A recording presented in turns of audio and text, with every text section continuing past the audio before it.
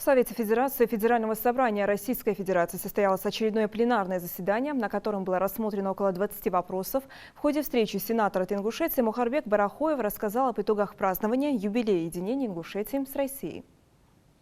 Уважаемая Валентина Ивановна, 2020 год является годом больших юбилейных торжеств для нашего народа, для нашей республики. 250 лет назад наши предки сделали очень большой исторический выбор единения Ингушетии с Россией. Мы гордимся выбором наших предков и считаем, что мы достойны вот того завета, данного нашими предками, и соблюсти верность присяге. И хочу отметить, что в 1991 году ингушский народ опять вновь подтвердил верность нашей присяге, когда он единогласно высказал за сохранение нашего народа в составе Российской Федерации. Накануне в республике прошли большое торжественное мероприятие, посвященное этому юбилею. Это торжество стало не только культурным событием, радостью для жителей республики, но и свидетельством важности вот этого исторического юбилея, исторического выбора нашего народа. Большое спасибо вам, уважаемая Валентина Ивановна, за поздравления, за теплые, добрые слова в адрес ингушского народа. Если вы позволите, хотели бы продемонстрировать небольшой ролик, посвященный этому событию. У нас скоро все сенаторы кинооператорами станут.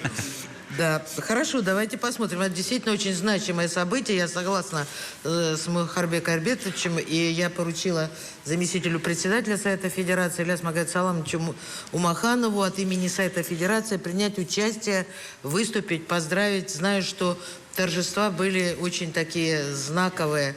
Еще раз и вас, сенаторов от Ингушетии, народ Ингушетии, поздравляем с этим замечательным юбилеем. Спасибо. Пожалуйста, включите ролик.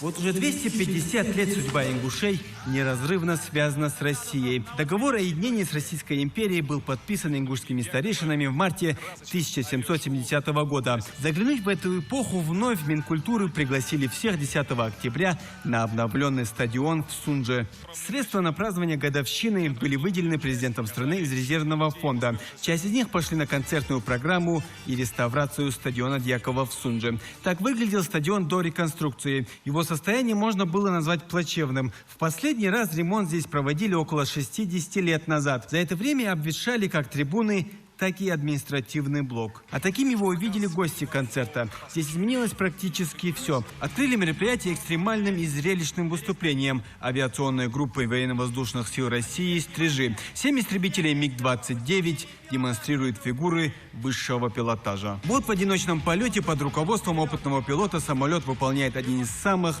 известных и опасных трюков – колокол. Это фигура, при которой самолет переводится в вертикальное положение, а затем полностью застывает и начинает падать. Фигура колокол! На территории стадиона было организовано подворье, где представлены работы ингушских мастеров кузнечного, гончарного и ткацкого дела. Далее театрализованное представление артистов перенесло жителей на 2,5 века назад.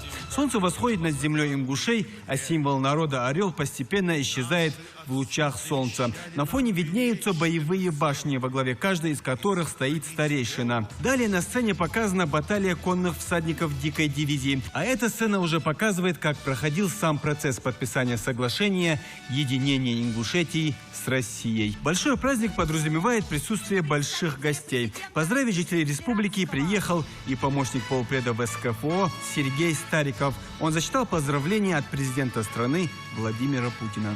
Принимают поздравления жителей Ингушетии и от председателя Совета Федерации Валентины Матвиенко. Республика Ингушетия – самый молодой субъект Российской Федерации, но ее судьба 2,5 столетия неразрывно связана с Россией. Жителей республики поздравил и глава региона Махмуд Али Калиматов. Это событие, которое разделило историю ингушей на до и после. Мы всегда будем вместе. У нас общее прошлое, в единстве наше будущее. Россия, Ингушетия неразрывны. Ура! Третья часть праздника – большой концерт, на котором выступили звезды ингушской, кавказской и российской эстрады. Открыли концерт национальными песнями. Поздравить с праздником приехали такие артисты, как Сергей Волчков, Тамара Гверцетели, Патимат Кагирова и Глюкоза. Торжественное мероприятие к годовщине единения продлилось более 4 часов и завершилось около 9 вечера. Вспоминать об этом грандиозном шоу стрижей, актеров театра и звезд эстрады будут еще долго. Спасибо большое. Вот мы тоже прикоснулись к этому празднику, и как будто были вы участниками.